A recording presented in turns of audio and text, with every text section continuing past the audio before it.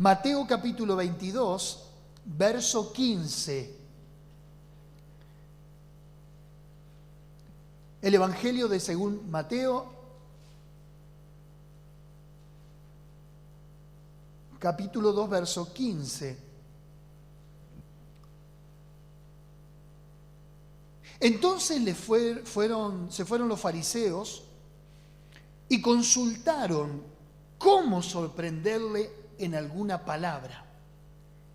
Y le enviaron los discípulos de ellos con los herodianos, diciendo: Maestro, sabemos que eres amante de la verdad y que enseñas con verdad el camino de Dios, y que no te cuidas de nadie, porque no miras la apariencia de los hombres.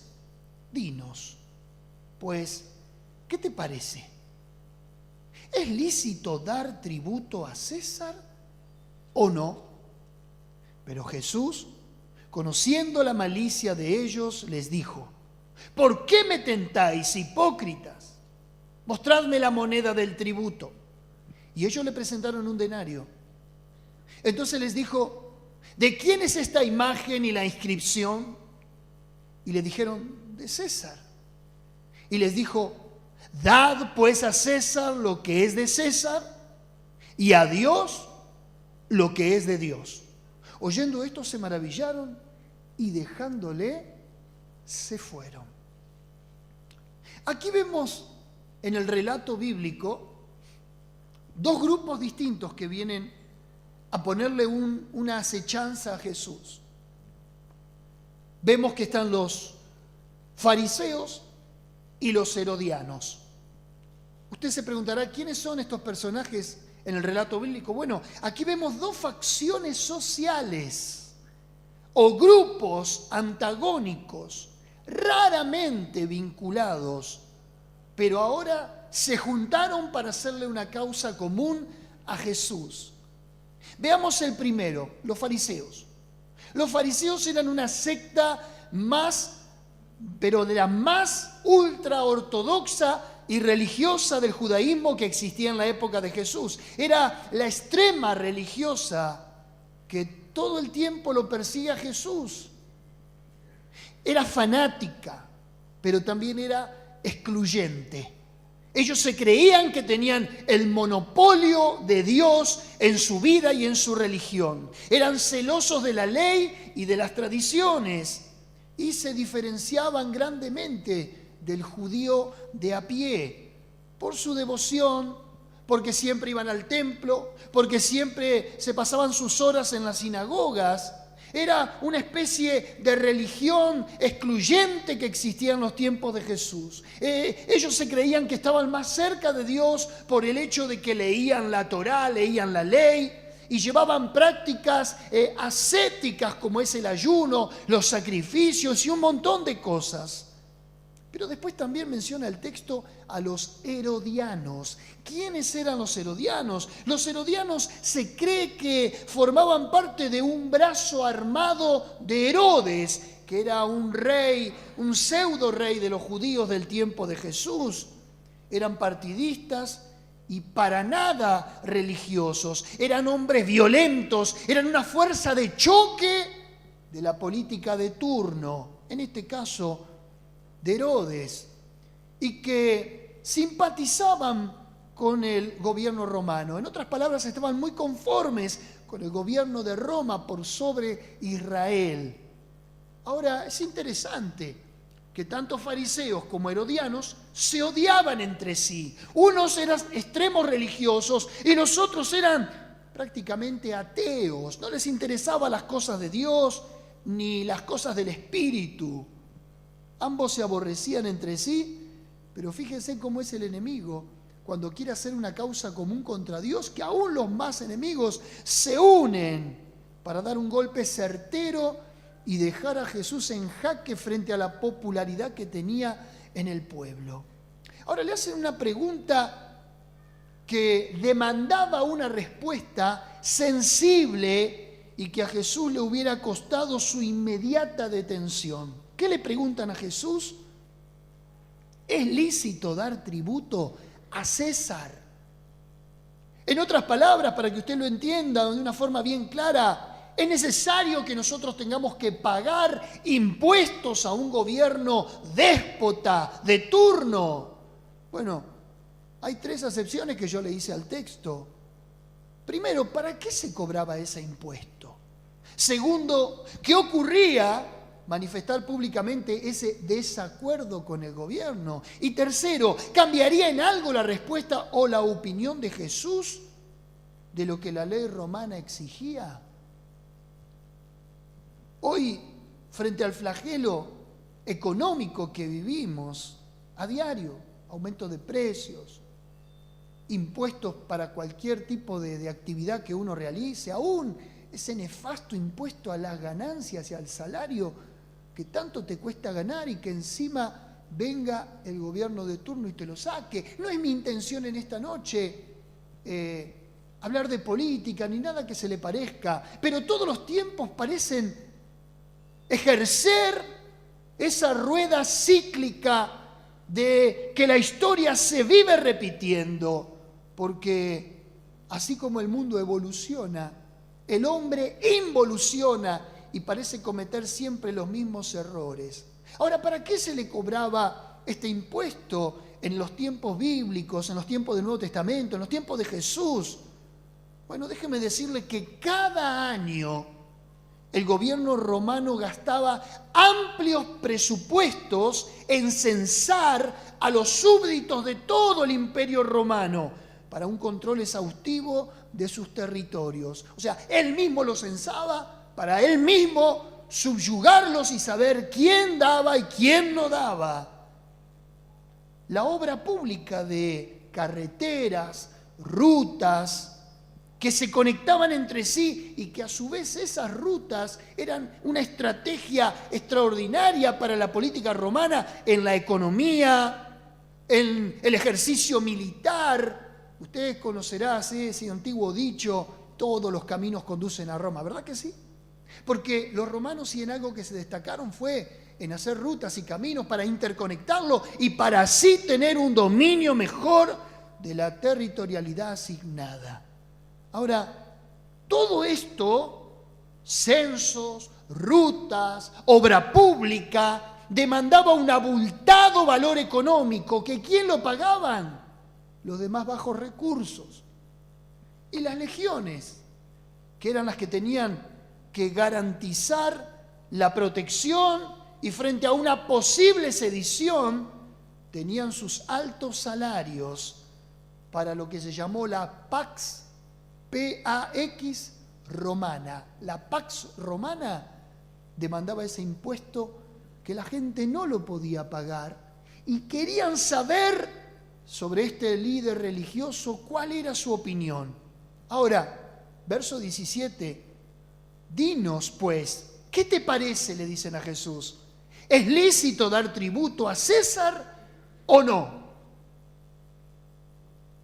Que Jesús tuviera que responder esta pregunta públicamente, el desacuerdo de Jesús era una insurrección inmediata contra el régimen más intolerante de Roma. En Hechos capítulo 5, verso 37, no lo busque, dice que un tal Judas el Galileo, unos 25 años antes, le costó la vida oponerse a este impuesto. Y dice que fue reducido él junto con toda su rebelión. A diferencia de Jesús, este Judas, el Galileo, era un político, era un revolucionario, era lo que nosotros conoceríamos hoy como un piquetero. Pero Jesús no adhería a la política. Jesús dijo, mi reino no es de este mundo. ¿Cuántos me están siguiendo? Se preguntará hasta esta hora, ¿dónde quiere llegar el pastor con este texto? ¿Será que nos va a dar un anuncio como el que dio el presidente? A Jesús con esa pregunta capciosa lo quisieron agarrar con la figura penal del delito de evasión fiscal. Mire cómo le contemporicé la Biblia. Se lo traje a nuestros tiempos. Ahora en el verso 18 dice, pero Jesús, conociendo la malicia de ellos, les dijo, ¿por qué me tentáis, hipócritas? Porque a Jesús le dio hasta rabia y bronca reprimida que vinieran a correrlo con una situación tan sensible para el gobierno de turno. Y Jesús con esa pregunta estaba siendo acorralado porque de su opinión iba a ser caído en una trampa de la cual no iba a poder zafar fácilmente. Pero como Jesús entendió la intención y la trampa mucho más rápido de lo que ellos pensaron y esquivó ese dardo malicioso, no se llamó al silencio, y menos frente a un público exigente de ese fallo que Jesús tenía que dar. Era la oportunidad de Jesús para arremeter la causa del reino de Dios. Jesús utilizaba todas las circunstancias para decir quién era y cuál había sido su propósito para venir a esta tierra. Verso 19 dice que Jesús les pregunta: mostradme la moneda del tributo. Y ellos le presentaron un denario. ¿Lo tengo? ¿Quiere ver cuál era el denario? Lo necesito. ¿Después? Después se lo muestro. ¿Alguien se llevó? ¿Quién se llevó el denario? Nadie se va de acá. Ahora, Jesús pide: mostradme la moneda del tributo. Y ellos le presentaron un denario. Ahora, ¿cómo aflojaron y lo devolvieron, Mire qué hermoso denario. Jesús pide que le muestren un denario. Y la gente, al esperar el fallo de Jesús, ¿qué hace? Le da un denario. ¿Me sigue? Ahora, ¿un denario qué era? Déjeme explicárselo en el contexto bíblico. Pide una moneda. Y como Jesús era un extraordinario maestro autodidacta, siempre para dar un ejemplo o una enseñanza va a utilizar algo de la cotidianeidad. Ejemplo, cuando habló de predicar el Evangelio y de sembrar la semilla de la palabra de Dios, él utilizó la parábola del sembrador y decía que el sembrador salió por los diferentes terrenos. ¿Cuántos recuerdan ese momento? O cuando le dijo a Pedro: te haré pescador de hombres, lo mandó a tirar la red y frente a una escasa pesca, ahora Pedro trajo una red llena de pescados por el milagro de Jesús. Pero en esta oportunidad Jesús pide una moneda para que esa enseñanza quede impregnada en el corazón de sus oyentes, y va a utilizar un elemento para graficar lo que quería decir. Pide una moneda, déjenmela ahí, Le traen un denario. Y un denario, esa moneda, era la paga de un día de trabajo de cualquier obrero. O sea, un jornalero, un jornal, era esa moneda. Te representaba trabajar desde las 6 de la mañana hasta las 6 de la tarde para ganar, diga conmigo, un denario. Bien, pero para saber qué representaba un denario o qué podías comprar con un denario, era, según Apocalipsis 6:6, en la economía del Nuevo Testamento, dice 2 libras de trigo por un denario. ¿Qué eran 2 libras de trigo? 900 gramos de harina. No llegaban al kilo. 900 gramos de harina valía un denario. Vos tenías que trabajar todo un día para ganar un denario, y con ese denario comprabas 900 gramos de harina. No llegaba a un kilo. ¿Cuántos comían con 900 gramos de harina? 4 personas. Eso era lo que valía un denario. Esa era la economía del Nuevo Testamento. Usted dirá, ¿pero qué comían? ¿Harina nada más? Existe en este contexto lo que hoy también existe, llamado el trueque. No todos los días comías harina, entonces ¿qué hacías con la harina? La que te sobraba la intercambiabas por otros productos de primera necesidad. ¿Me está entendiendo? Hoy le estoy hablando de economía. Pero fíjese dónde va Jesús ahora. Ahora, increíble lo paupérrimo que vivía esta gente. Ahora, el impuesto o el tributo que les cobraba César era un denario? No. Era mucho más que un denario. Vale decir que una persona común y corriente que trabajaba tenía que dedicar varios días de su salario para pagar un impuesto injusto. Y justamente a Jesús le van a ir a hablar de los pobres, aquel que se compadeció de los pobres, aquel que cuando vio una multitud de 2 panes y 5 peces, los alimentó a 5,000, porque los pobres eran una carga para Jesús. Ahora, ¿cuántos días de trabajo representaría para una familia tipo de aquel tiempo este despiadado impuesto? Jesús dice, denme el denario, y lo levanta. Y pregunta, verso 20. Entonces les dijo, ¿de quién es esta imagen y la inscripción? Una respuesta obvia. Pero sus contrincantes, sus opositores y todo el populacho que rodeaba a Jesús, la respuesta de sus adversarios fue más que obvia. Y le dijeron, del César. Entonces dice Jesús, palabras más, palabras menos, devuélvanle a César o devuélvanle a su dueño lo que a su dueño le pertenece.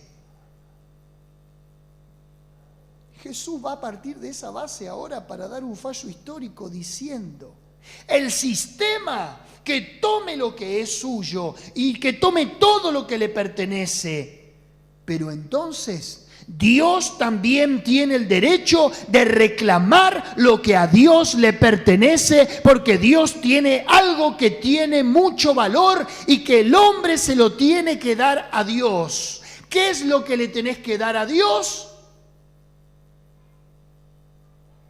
Tu vida. ¿Qué es lo que le tenés que dar a Dios?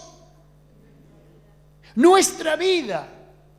Jesús está diciendo en otras palabras, es que nosotros a veces no interpretamos la profundidad de lo que Jesús está diciendo. Levanta la moneda y dice, ¿de quién es esta moneda? Del César. Bueno, que se la lleve el César, pero a Dios se le da lo que es de Dios. Y no está hablando de darle a Dios lo económico, sino darle a Dios algo que excede a lo económico y que es la vida de aquel que Dios diseñó para que sea corona de la creación, tu vida y mi vida, que excede cualquier valor monetario y cualquier devaluación de este mundo. El pecado te devaluó, el pecado te quitó valor. Pero déjame decirte que cuando Jesús muere en la cruz del Calvario, por tus pecados y por los míos, nosotros volvemos a recuperar ese valor que habíamos perdido. Cuando hablo de que el hombre perdió el valor, que el hombre se devaluó producto del pecado, es donde el hombre se denigra con las miserias, se denigra con los vicios, se denigra con la violencia, se denigra con la baja autoestima, se denigra cada día con los fracasos, con las frustraciones, se denigra en la infelicidad, se denigra en la intolerancia, se denigra cuando vota leyes que atentan contra la vida misma. ¿Hay alguien que me está entendiendo? Jesús no les está diciendo, esta moneda es del César, desen al César, y a Dios le dan también lo que es de Dios, refiriendo a su ley económico. No, le está diciendo, a Dios hay que darle lo que a Dios le pertenece. A este mundo le pertenece lo material, pero a Dios le pertenece toda su creación. Pregunto, siguiendo el razonamiento de Jesús, el hombre, ¿de quién tiene la imagen y la inscripción? Si la moneda tenía la imagen y la inscripción del César, vos, yo, ¿de quién tenemos la imagen y la inscripción? Déjame ahora jugar con estas dos palabras. Génesis 1:26 dice, entonces dijo Dios, hagamos al hombre a nuestra imagen, conforme a nuestra semejanza. Así como una moneda tiene la representación de un sistema, capitalista en el que vivimos. Cada vez que vos mirás a tu prójimo, cada vez que vos mirás a tu hermano, cada vez que vos mirás a tus afectos, a tu familia, a tus vecinos, a tu compañero de trabajo, estás viendo en ellos la inscripción y la imagen de Dios. ¿Me está entendiendo lo que le digo en esta noche? Quiere decir que si tenés la imagen de Dios en tu vida, Dios viene a reclamar lo suyo. Dios viene a reclamar lo que le pertenece. En otras palabras, Jesús está diciendo, dad a Dios lo que es de Dios. El hombre se adjudica y se atribuye un absurdo derecho de ser artífice de sus caminos, de su destino, de sus decisiones. Y mañana voy a hacer esto, y mañana aquello, y hago lo otro, y decido por acá, y decido por allá. Y el libro de Santiago es muy certero al decir, ¿no sabéis que vuestra vida le pertenece a Dios?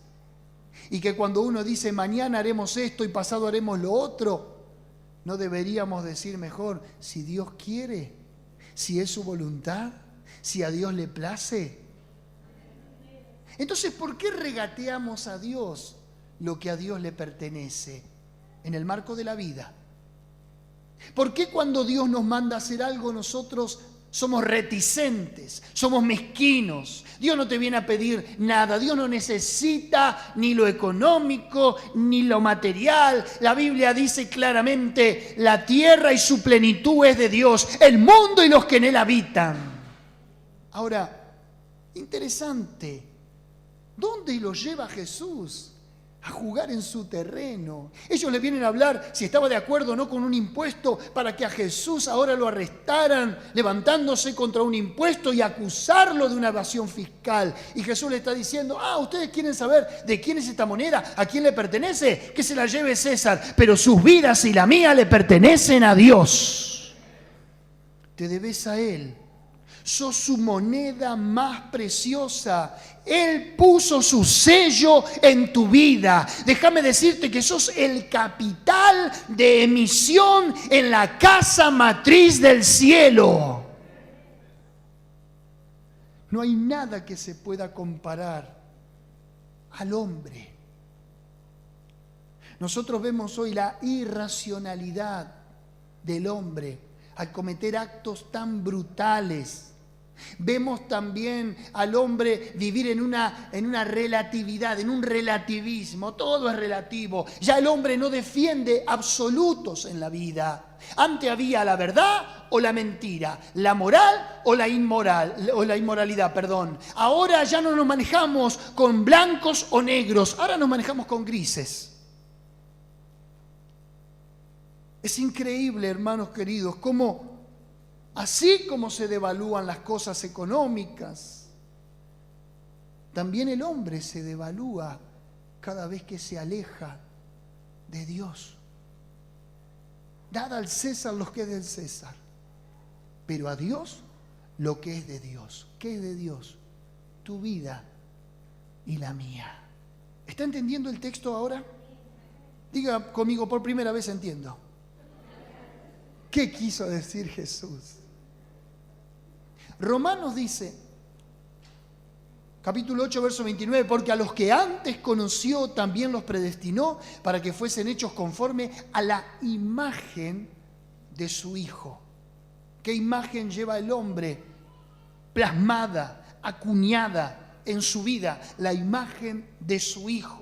Primera de Corintios 11:7 dice, porque el varón no debe cubrirse la cabeza, pues él es imagen y gloria de Dios. Primera de Corintios 15:49 dice, así como hemos traído la imagen del hombre terrenal, traeremos también la imagen del hombre celestial. Fíjese usted tiene la imagen terrenal porque procede de Adán, del primer hombre creado por Dios, pero una vez venido Cristo, dice que ahora tendremos la imagen del celestial. Si usted ahora puede ver una persona en Dios, glorificada por Dios, exaltada por Dios, Dios, regenerada por Dios. ¿Qué será el día que nosotros seamos iguales que Jesucristo? Estará la imagen, estará la mejor moneda, estará el mejor acuño sobre esa capacidad del hombre como nunca antes. Segunda de Corintios 3:18 dice: por tanto nosotros, todos, mirando a cara descubierta como en un espejo la gloria del Señor, somos transformados de gloria en la misma imagen por el Espíritu del Señor. Decí conmigo: antes era una moneda de 2 pesos. Ahora voy a hacer un lingote de oro en las manos del Señor. Entienda mi metáfora, que lo que estoy diciendo es que el pecado nos devaluó, pero la cruz del Calvario y su Hijo Jesucristo nos volvió a otorgar el valor que habíamos perdido.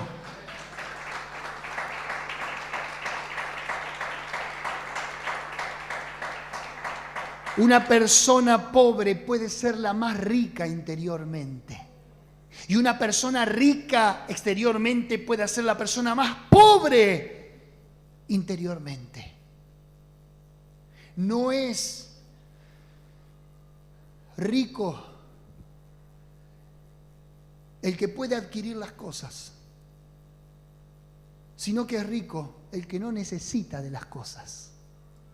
El valor no está en lo monetario, el valor no está en lo externo, el valor está en la virtud, en lo interno, en el corazón, en una vida regenerada por el Espíritu Santo de Dios. ¿Cuál es la imagen de la moneda? La del César. ¿Cuál es la imagen en el hombre? Dios. La palabra hombre, en la gramática antigua, la palabra griega es antropos. De ahí viene antropomorfismo, antropología, el estudio del hombre. La palabra antropos del griego significa alguien que mira hacia arriba. ¿Qué significa hombre? Alguien que mira hacia arriba. Entonces, ¿a quién se debe el hombre? ¿De quién tiene la imagen el hombre? De Dios. Ahora, ¿querés saber cuál es la inscripción de Dios en tu vida? Dijimos, ¿cuál es la imagen de Dios? Tu vida. Ahora, ¿cuál es la inscripción de Dios en mi vida? Isaías 43:1 dice: ahora sí dice Jehová, creador tuyo, oh Jacob, y formador tuyo, oh Israel. No temas, porque yo te redimí, te puse nombre, mío eres tú. Ageo 2:23 dice: y aquel día, Zorobabel, siervo mío, te pondré como anillo de sellar, porque yo te escogí. Ezequiel 9:4 dice: y le dijo Jehová, pasa por el medio de la ciudad, por el medio de Jerusalén, y ponles una señal en la frente a los hombres que gimen y que claman a causa de las abominaciones. ¿De quién tenés la inscripción? De Dios. ¿De quién tenés la imagen? De Dios. La moneda, la imagen y la inscripción de César. Y el hombre, de Dios. Bueno, que César se lleve lo que es de César, pero a Dios le das lo que es de Dios. Cuando uno tiene un encuentro con nuestro Señor Jesucristo, cuando uno ha vivido la experiencia extraordinaria de un encuentro con Dios, ya su vida no le pertenece. Ahora es de Dios. Ya no hay que reclamar derechos propios. Ahora los derechos los reclama Dios, por sobre vos. Pablo va a decir una y otra vez en sus cartas: por precio fuisteis comprados. ¿Cuál fue el precio? La sangre de Jesús en la cruz. Hay una situación que quiero explicarle en la traducción de nuestras Biblias. Nosotros utilizamos la Biblia, en su gran mayoría, versión Reina Valera. ¿Verdad que sí? Cuando se escribe esta versión de Reina Valera, está sacada de una versión inglesa llamada King James o el rey Santiago. En el tiempo del año 1500 y tanto, cuando se traduce de la versión inglesa a la versión de Castilla en España, nuestras Biblias, había una situación con la esclavitud. Había una marginalidad hacia la esclavitud. Decir esclavo era un término peyorativo, chocante, despreciable. Pero en los originales, cada vez que Pablo se presenta en una de sus cartas, dice: Pablo, siervo de Jesucristo. ¿Dice así? A la iglesia de Corinto. Pablo, siervo de Jesucristo, a la iglesia de los romanos. Pablo, siervo de Jesucristo, a la iglesia de Filipos. Esa palabra siervo fue sustituida por la palabra de la versión King James, esclavo. Y se la traduce de esta manera y se la modifica de esta manera. ¿Para qué? Para que cualquier persona que la leyera en ese tiempo, donde la esclavitud era repudiable, que no diga esclavo, porque era chocante. Decir esclavo significaba no tener derechos. Decir esclavo significaba ser una herramienta de trabajo. Decir esclavo era que el dueño podía tener hasta el derecho de matarlo según el Código Civil de la época y nadie reclamar nada. Ahora, interesante que Pablo se presenta como esclavo. Y Pablo está diciendo: sí, no tengo derechos. Sí, otro decide por mí. Sí, tengo dueño. Ahora, cuando nosotros la traducimos al idioma castellano y en vez de utilizar esclavo de la King James, usamos siervo en la Reina Valera, le hemos quitado la agresividad que representaba ser un esclavo. Decir siervo suena un poquito más suave, ¿verdad? Al punto que cuando evolucionan los años y el tiempo y las civilizaciones y la historia, resulta ser que la palabra siervo ahora tiene una connotación de servicio, de administrador, de una persona que gestiona, que trabaja, una persona altruista, un filántropo, alguien que hace el bien por los demás, está en servicio de tal o cual cosa. Pero hoy decir soy un siervo de Dios pareciera ser un título representativo y hasta honorable. Ahí viene el siervo de Dios a predicar y somos capaces hasta de ponernos de pie y aplaudir a los siervos de Dios. Pero no es lo que Pablo quiso decir cuando habló. Él dijo: yo soy un esclavo. Yo soy una persona que no tiene derechos. Y es esto lo que en la evolución de las traducciones bíblicas y demás van perdiendo su fuerza. Y al ir perdiendo su fuerza las palabras, también van perdiendo el verdadero significado de lo que somos en Dios. Te voy a decir algo más. El Imperio Romano, en los tiempos bíblicos, hablaba el latín. Y la palabra esclavo en latín se traducía como res. R-E-S. Diga conmigo, res. ¿Sabés lo que era una res? Un esclavo. Pero también una res era una cabeza de ganado. ¿Cuánto entonces valía un esclavo? Lo mismo que una cabeza de ganado. Por eso hoy decimos cuando van a la carnicería una media res, ¿vio? Ese era el título para un esclavo. Mire lo que valía una persona. Vale decir que Pablo está diciendo en otras palabras: yo valgo lo mismo que una cabeza de ganado.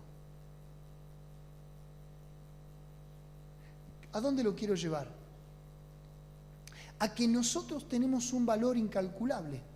Y parece que con lo que yo le estoy diciendo ahora hemos devaluado un poco, ¿verdad? Pero no. Lo que le quiero decir es que el valor que tenemos es el que nos da Dios. Pero a su vez el valor que tenemos no nos pertenece a nosotros, sino a Dios. Sos su moneda. Mirá al de al lado y decirle, vos sos el valor más preciado que Dios tiene en esta tierra. ¿Cuántos dicen amén? Hay caritas de todo, hay caritas de 5, de 10, de 50.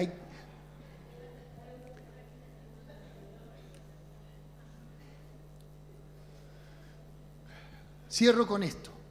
Jesús va a utilizar una parábola, mejor dicho, 3 parábolas juntas para dar un mismo mensaje. Dice, ¿o qué hombre que si tiene 100 ovejas y pierde una, no deja las 99 y va en busca de la que se le perdió? Y cuando la halla, vuelve y dice a sus amigos, gozaos conmigo, porque esta oveja la había perdido y la he encontrado. Las 99 valían, pero esa una que se la había perdido tenía tanto valor como las 99 que estaban junto a él. Pero Jesús va a añadir otra parábola y va a decir, ¿o qué mujer que tiene 10 dracmas, monedas de aquel tiempo también, y al perderla no agarra la escoba y barre la habitación de su casa hasta encontrarla? Y cuando la encuentra llama a sus amigas y le dice, aquí está, la moneda que había perdido la he encontrado. Y a colación, por si les quedaba poco la ilustración de Jesús, habla del hijo pródigo. Ese hijo que vivía en la casa del padre y como hijo tenía valor, pero que en algún momento de berrinche ese hijo agarró, dejó todo y se mandó a mudar. Y vivió de tal manera perdido, con prostitutas y con pecado y con despilfarro de la herencia, que ahora cuando quiso saciar su hambre con las algarrobas de los cerdos, dijo, ¿cuántos jornaleros hay en la casa de mi padre que tienen abundancia de pan y yo perezco aquí de hambre? Iré y le diré, Padre, he pecado contra el cielo y contra ti, y ya no soy digno de ser llamado su hijo. Y va, se reconcilia con el padre, y él le dice, Padre, hazme como a estos jornaleros. Pero el padre le dice, no, porque vos no sos un empleado de la casa, vos sos el hijo del dueño. Y manda a buscar el vestido, y trae el anillo, y trae el calzado, y toda la dignidad que había perdido, ahora la recupera porque se volvió al valor de aquel que le dio la vida. Y, como si esto fuera poco, dice, maten al becerro gordo. El becerro gordo representa a Jesús de Nazaret que murió por nuestros pecados. Y luego dice, y hagamos fiesta. Y es la glorificación en el cielo, porque dice que cuando un pecador se arrepiente, hay fiesta en los cielos. ¿Te das cuenta el valor que tenés? Andabas como una moneda perdida en la vida. ¿De quién es esta moneda? ¿De quién es esta inscripción? Del César. Bueno, que el César se lleve lo que es del César, pero Dios reclama lo que es de Dios. ¿Qué es de Dios? Tu vida y la mía. Vos tenés valor para Dios, aun cuando los hombres no puedan apreciar tus talentos, tus virtudes, o la vida te degradó, la vida te devaluó con la miseria, con los golpes, con los traumas, con un historial pasado de dolor y de pérdidas. Tu vida todavía sigue valiendo para Dios. Por eso Él envió a su Hijo para buscar y salvar lo que se había perdido.